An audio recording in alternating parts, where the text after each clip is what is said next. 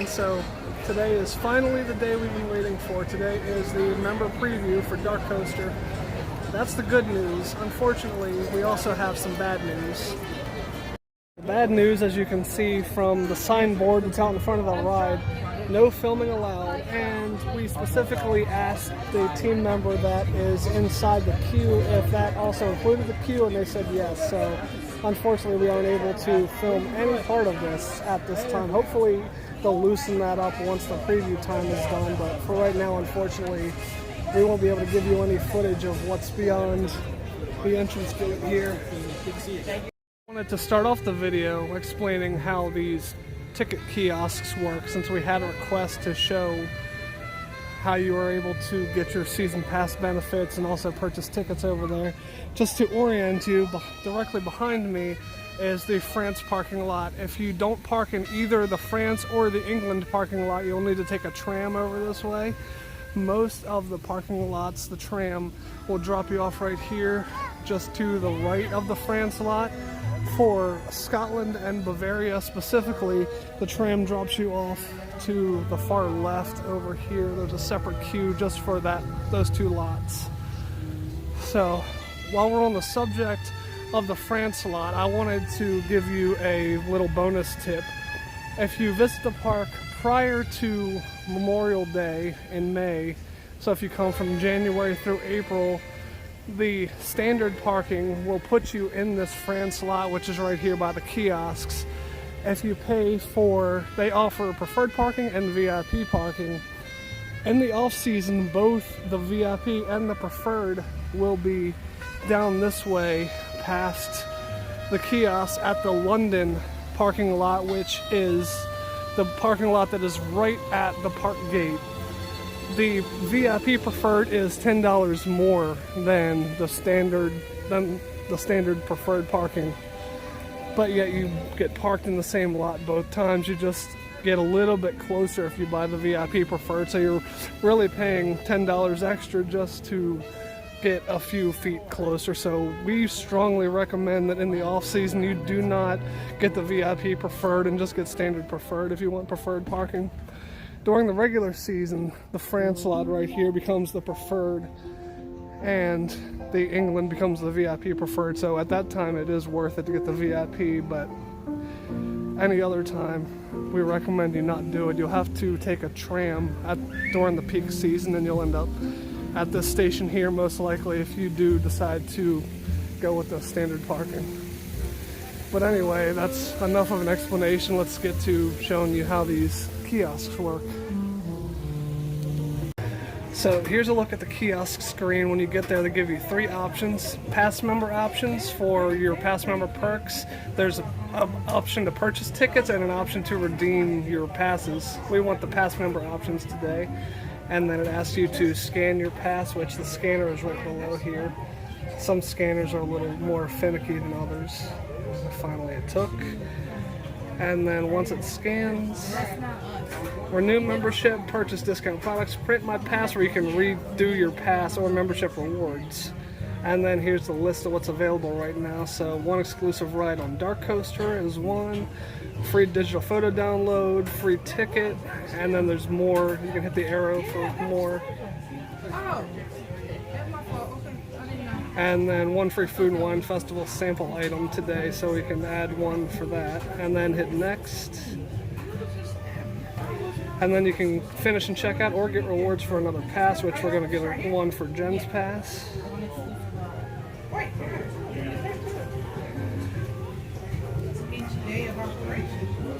Hers is in plastic, so it's being a little finicky, but then you just repeat the process here.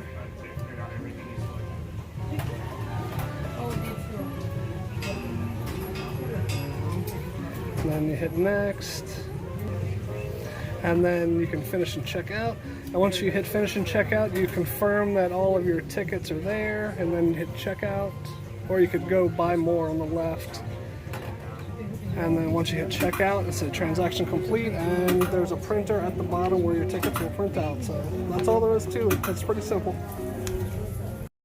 So after months of waiting and watching the construction, the store outside of Dark Castle is finally open.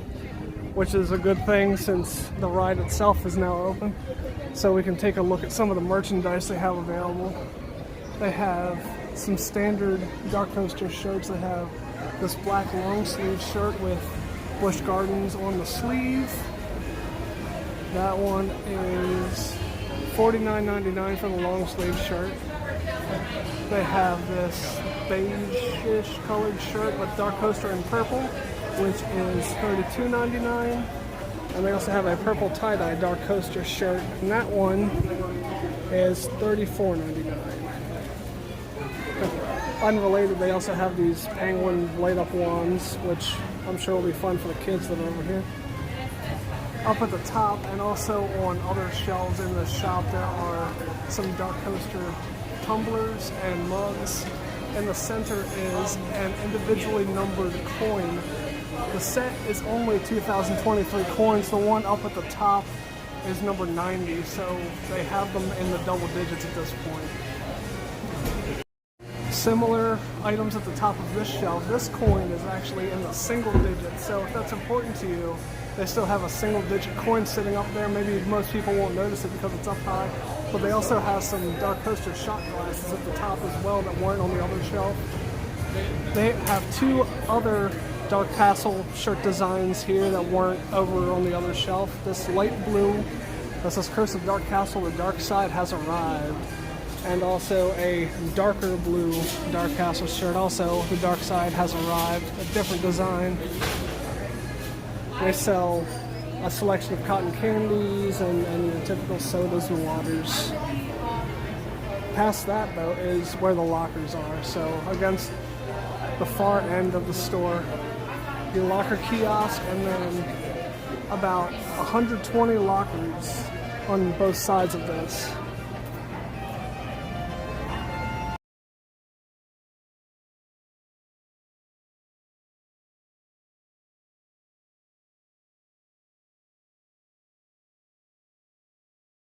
Past where you purchase your pictures is the third and final shelf of items. These have some of the important things for the members. There is a smaller coin holder that you can get. It's in this smaller box instead of the individually numbered wider ones. They also have a light blue opening day DarKoaster shirt for $34.99. A light blue and a black DarKoaster cap. Each one of those is $32.99. There is a child size DarKoaster shirt. The child size shirt is $27.99. And a DarKoaster member shirt, which the extra larges are selling out really fast. That's a $34.99 for that design. They also released some lanyards today, DarKoaster lanyards and lanyard pouches, as well as this DarKoaster sticker and a couple of pin designs. There's actually a third pin design that's already sold out. Thankfully, we were able to grab one, so I'll show that to you in a minute. Here's a look at the pin that was sold out when I tried to film it earlier. This is the member exclusive DarKoaster pin, and it's probably the best design of the DarKoaster pins that they have currently. We also have the April and May member exclusive pins. The April pin was this Big Bad Wolf pin, and the May pin is this Kinder Carousel pin. Since we weren't here in April, we weren't able to get the Big Bad Wolf pin sooner. Here's a quick look at the DarKoaster picture frames that you can add on to your photo purchase when you come off the ride. I like the subtle wolf ornamentation up at the top that they added. It's a nice subtle touch for people who know the storyline of the ride and the ride that this replaced. The other store in Oktoberfest, the older gift shop, also has the light blue DarKoaster hats, as well as the light blue and the dark blue standard DarKoaster shirt. This is the front side of the dark blue Dark Castle shirt that we saw earlier. And they also have the opening day shirt, which obviously once these sell out, they won't be making any more, so it's nice to see that they have a nice supply of them in here. So before we get into our thoughts on the actual DarKoaster ride, we wanted to kind of recap the Curse of Dark Castle ride, since this storyline supposedly picks up where that storyline left off. So basically the storyline that Busch Gardens created for Curse of Dark Castle was that Ludwig was a prince who lived with his parents in a castle in the Black Forest in Bavaria. So Prince Ludwig was not a good person, and he was out wandering the castle grounds one night when he ran into an old woman, and running into her on the grounds made him angry, and the old woman turned into a wolf, and the wolf revealed to him his destiny, that he would be a wicked ruler of a corrupt kingdom, and she guided him down that path. Essentially, one day his parents ended up mysteriously disappearing, and then he threw a party for his servants and invited guests to his castle, and they ended up disappearing as well. In addition to Ludwig, they found the sleighs that the guests were riding in, but the guests and Ludwig were never found. So fast forward to us as the riders showing up. There's a little bit of a hole in the story here as to why we're entering the castle, but we go into the castle, we come across Ludwig's ghost. He basically taunts us as we fly through the castle. His mother's ghost shows up and tries to help you get away from him. She lets you know that if we can escape the castle, and by the way, we're riding in those same sleighs as we go through the castle, she lets us know that if we can get the sleighs outside of the castle grounds, he has no power. So she helps guide us through while he's chasing us and taunting us the whole time. Eventually we finally make it out, and Ludwig turns to ice and shatters. So that's supposedly the end of Ludwig, but as you're exiting the ride you can still hear him laughing, so they leave the door open for a continuation. He shouts, "You will never escape," even though you walk right out of the ride right after that. So that brings us now to DarKoaster. On DarKoaster, you're essentially traveling on snowmobiles back to the abandoned Dark Castle to investigate a mysterious storm. Most of it, you actually start off on the snowmobiles inside the castle, but most of it takes place supposedly outside the castle, even though the coaster is entirely indoors. There's a lot of storm clouds and weather phenomenon. Basically, the whole goal of the ride is you trying to determine what's causing the strange storm, which, spoiler alert, ends up being Ludwig's ghost. It's not really a big shock there, but even though we weren't able to show you what the queue looks like, there really wasn't honestly a whole lot to the queue. Because this was members only, the line was very short, but when the general public is allowed to ride, there is a windy queue outside which has a fountain structure on the outside of it, which has Ludwig and wolf heads around the outside. It's a cement fountain structure, but that's really the only thing noteworthy outside. Once you actually get inside the castle building, you first go down a straight hallway that was where they were housing the preview center when they had the preview center here. And then you go into a room that I'm pretty sure used to be the pre-show room for Curse of Dark Castle. And in that room they have a whole bunch of weather equipment set up tracking the storm. And there is a painting on the wall that you can tell is a TV screen that is a portrait of Ludwig. There are actually wires hooked up to that painting as well, though the storyline isn't exactly clear why they have those wires hooked up to it, but there is ghost hunting logos on the boxes around the room, so I'm thinking they're trying to find Ludwig's spirit somehow related to that painting. The painting, after a time, if you're in line long enough, will have Ludwig's spirit show up in there and say something. Unfortunately, the audio in the room wasn't great, as a bit echoey, so it was hard to make out exactly what Ludwig had said at that time. But then the weather equipment in the room also starts going crazy, and you hear panicked people elsewhere in the castle commenting on how the weather's going crazy. At the next room is the last room before you actually get on the ride, so it's a pretty short queue inside. That room you just go through a couple of zigzag maze-like wooden walls, and up above you on the shelves are pieces of snowmobiles that I guess shattered from the storm, probably. And then once you're done zigzagging, you board the ride. So we both thought that the coaster was a really fun ride, keeping in mind that this is a family coaster. It's not meant to be extreme. If you're going in expecting an extreme coaster, you're going to be very disappointed. I believe this is probably the tamest coaster at the park outside of the Grover coaster in the Sesame Street area. That being said, though, 4 launches are really fun across 2 laps. The first time you go around, there are a couple of effects on screens, and as you go around the first bend after the first launch, they take your picture. There's some bright flashes in there. I'm assuming they're supposed to also represent lightning, because as you go across one straightaway, there are clouds, gray clouds across the room that show lightning flashing as you pass by. When you do the second lap, the animation changes to something different. You obviously will see Ludwig's ghost at times, and what Ludwig's ghost is doing changes. I don't want to give away too much, but you'll also ride by the exterior of his castle, which is fun to see. We were able to get a high up view from the exit bridge that shows what the loading and unloading station looks like, so we'll put that on the screen right now. But that is the only picture that we actually took because of the restrictions that they have, unfortunately.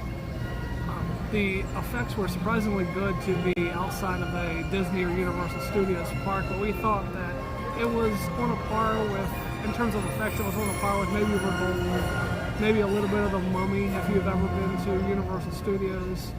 So it's basically a dark ride coaster. If you keep in mind that you're expecting a family-friendly, lighter, simpler ride, even with the launches, you'll probably enjoy this coaster.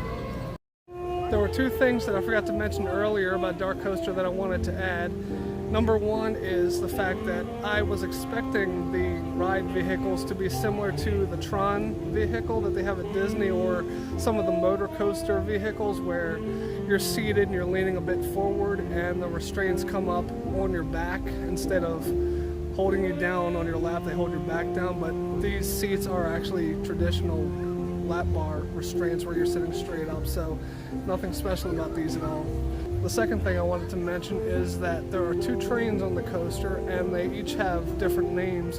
One is called Wild Wolf, which is kind of on the nose if you know the storyline about the prince turning into a wolf and going a little crazy. The second one is known as Frostbite, which is a shout out to the Hello Scream haunted house that they used the Curse of Dark Castle building for the year that it shut down. So it's nice to see them mention that house and not just leave it lost to time. Across from the upgrade center, you'll find the entrance to both the quick queue and the wheelchair entrance to the ride down this passageway, which if we come along to the exit gate, we can see how long the queue is right now, but not only can we see how long the queue is, we can get a look at the fountain that's in the outside queue.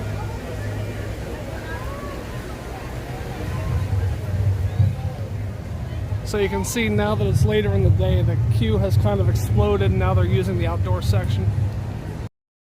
It's kind of hard to see through the trees, but the very top of the fountain slash statue up there has just legs. The rest of the statue is missing. I assume that that was once Ludwig up there, symbolic of how he has disappeared from this castle. So the quick queue and the wheelchair entrance is through these double wooden doors here at the end of this passageway, which is to the right of the main queue.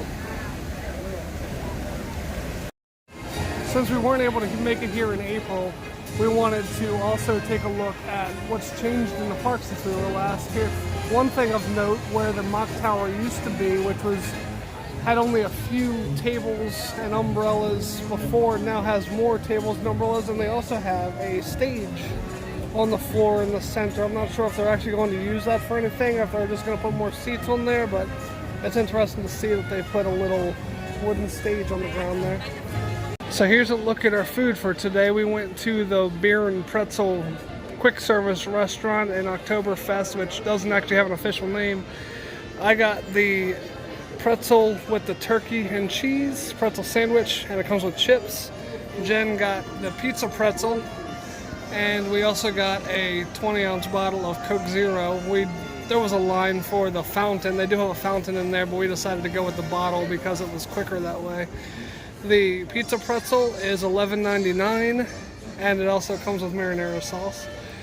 The sandwich is $13.99 with the chips, and the soda is, I believe, $4. So after everything with our season pass discount, it was about $30 for our meal today. So Jen is rating her pizza pretzel a B-. She said it was a bit hard to bite into. The pretzel was pretty hard. She found it a little bit easier to tear it apart and dip it in the marinara sauce, which says a lot about the pretzel because she's not really a fan of marinara. So the fact that she needed the marinara sauce to eat it means it's got a little bit of a problem. My sandwich I found to be a B. It was a decent sandwich, but I'm thankful that I like pretzels because the first several bites I took were nothing but pretzel. It took a while to get to the turkey. The turkey itself is delicious, but they don't put enough of it on there. And the chips are normally great. I've had them before, but today in particular they were pretty salty, so I'm not really as much a fan as I usually am. I'd say a B overall for this meal. There are now signs all around the park letting people know that Busch Gardens has gone cashless. They're one of the last parks to go that direction, so they tell you how to pay using your credit cards or mobile payment. And if you have cash, you can convert it to a card all around the park. They now have kiosks that you can insert your cash and it will give you a card. Here's an example of one of them right here. We'll take a better look at the screen so you can see how they work. There's also a sign next to each machine to let you know where they're located. So here's the sign that's out in front of the Fest house to point you right to this machine, and it's under an umbrella too for some shade. So it says convert cash to a prepaid card, and it shows you how to use it. So you touch the button here.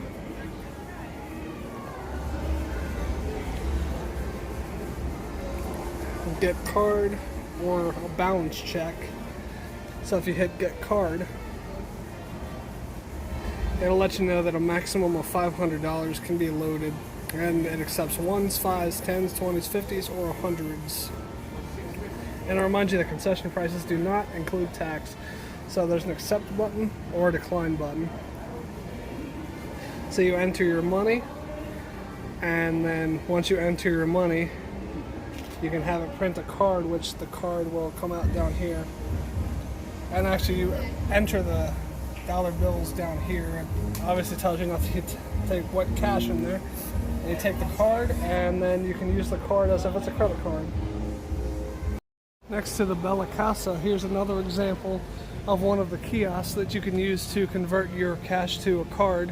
So they have them all over the place. There should be probably one per country in this park here. So you shouldn't have trouble finding a way to convert your cash over. Now that we're technically in between holidays at Busch Gardens, they've brought back October Zest inside the Fest house. As you can see, it's a German-themed sing and dance Oompa music type event. And they have 3 show times today at 4, 6, and 7:30. Finally, after months of construction, it's good to see that the Wind is back up and running again. They actually got that construction done very quickly considering they tore it down to its roots. There it goes. The bridge between Italy and Oktoberfest is open again. It's kind of hard to see in this lighting, but instead of putting a whole new map up on the board here, it's a little hard to tell, but there's a little bit of a lighter color right here in this square where the bridge is because they just slapped a sticker over top of where they had the sign that said the bridge is currently closed. So at least they updated it, but it looks funny that there's just something extra slapped on the old map. The map also updated the DarKoaster information to say opening this May. Oddly enough, they haven't updated it to say May 19th, I guess because they'll just be ripping that off soon to say that it's open permanently as of May 19th. And they finally updated Roman Rapids to say opening this summer after it's been closed for more than a year. So I'm looking forward to being able to ride that again. As the Matt mentioned, the bridge between Oktoberfest and Italy is now open. However, they still have this green scrim on both sides. The bridge is significantly more narrow, and if you can see through the scrim when we get to one of the spots, there were some triangular cutout areas on the bridge. Those sections are now completely wide open. Here's a good look from the end of the bridge on the opposite side of the scrim at the work that they're still doing on this bridge. So it still looks like they have a ways to go, but at least they've done enough that we can actually cross it now. In the theater in San Marco, the show is back. It's open again. Last time we were here it was closed off. They have The Sounds of San Marco with a 6:30 and an 8:45 showtime today. They have other showtimes other days of the week. It's interesting they have a show at 8:45 when the park closes at 9 today. The fountain in Festa, Italia is finally flowing. It's not a super impressive fountain, but it's good to see that it's flowing for the season. The Japan Food and Wine Festival Kiosk. I can't wait to visit this kiosk when we do our full Food and Wine Festival review coming later this month.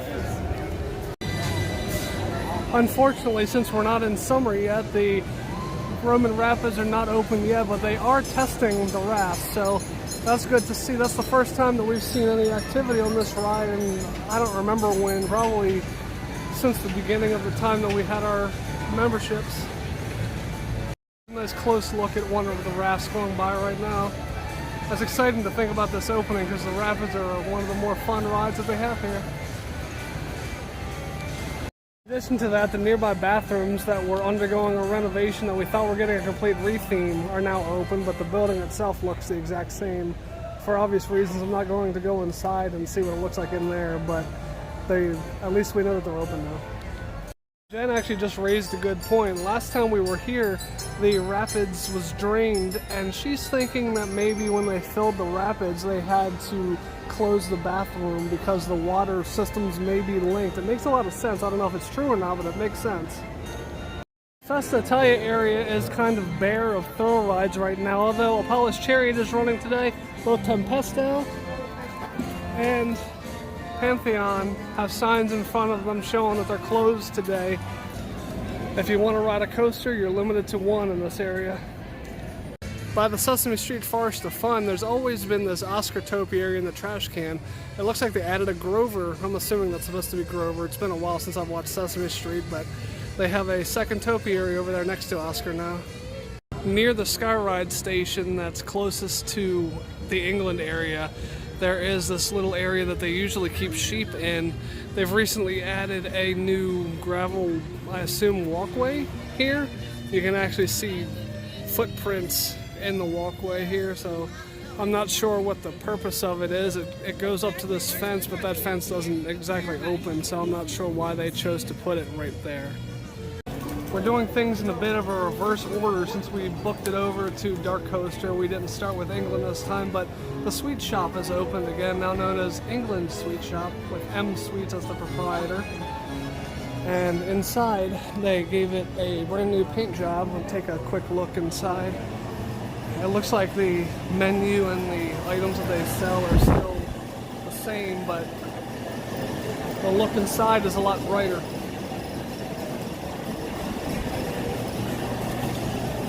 Some of the items found in Oktoberfest are also found in the Emporium. They have the member shirt, the bigger coin item that's limited edition of 2023. They have some pins, lanyards, lanyard pouches, and they also have the opening day DarKoaster shirts, the mugs, the tumblers. Oh, they also have the smaller coins as well. And they have the blue hat, which I didn't notice before. Now I noticed that the blue hats actually say member on the side of them. If there are any pin traders watching, there's another pin trading event scheduled for June 17th of this year. We went to the last one and recorded some of it. It was a good time. I'm looking forward to this one. We'll definitely be here for that as well.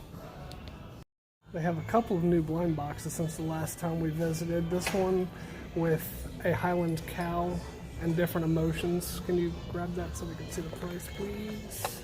The price of that one is $28.99. On the back you can see they have seven different pins, different emotions for the cow, basically emojis. And then the other new set is this one that I assume won't be here for very long, a Food and Wine Festival set, which retails for $24.99 a box, which is surprisingly cheap considering it's a special event set. And this one has, looks like 11 pins. Wow, that's a big set. In this case, I know for sure that the chaser is Virginia. I'm not sure what the chaser is for the Highland Cow pin set. And here are the April and May plates. We have Bolton and Griffin. I'm actually not sure which of these was April and which was May, but these are the two most recent, and as usual, they are $5 a piece. So that's unfortunately all we were able to get for DarKoaster. We apologize for not being able to take you through the queue. We were never going to actually record the ride because we don't have the setup for it at the time to do it, even if we had been allowed, but we were hoping to get the queue. We're thankful that it's actually a pretty short queue and you didn't miss a whole lot. Hopefully, like I said before, once it opens to the public, they'll be a little more lenient with the recording. But even though we weren't able to record any of the queue, you know, we have to obey the park rules. It's important that we don't disobey the rules. We don't want to get kicked out and not be able to come back and bring you anything else. So we hope when you come, you also follow the example and follow the rules that they set, because they're there for a reason. As far as the park updates go, there wasn't a whole lot in Ireland except for the Food and Wine Festival, which we'll cover in a separate video. Everything else was basically merchandise and changes that are getting the park set up for the grand opening for the summer season after Memorial Day. So if you enjoyed the video, we'd appreciate it if you'd give it a thumbs up and also subscribe to our channel. Each like and subscribe to our channel really helps out a lot. And especially important right now, as of this recording, we currently have 49 subscribers, and we appreciate each and every one of you who have subscribed to our channel. Whoever wants to be the 50th, once you subscribe, it's very important, because once we reach the 50th subscriber, we will have access to be able to live stream. So also let us know if you'd like to see us live stream one of the parks, mainly, most likely Busch Gardens, but we also have the option of possibly doing Hershey Park or Knoebels, maybe some others down the line. So leave a comment if you'd like to see us live stream, and if you are that 50th subscriber, thank you a ton. We appreciate it greatly. Thanks for watching. Thanks for watching, but the fun's not over yet. Click the box in front of my face for another fun video, or click my tree to subscribe to our channel so you don't miss another video.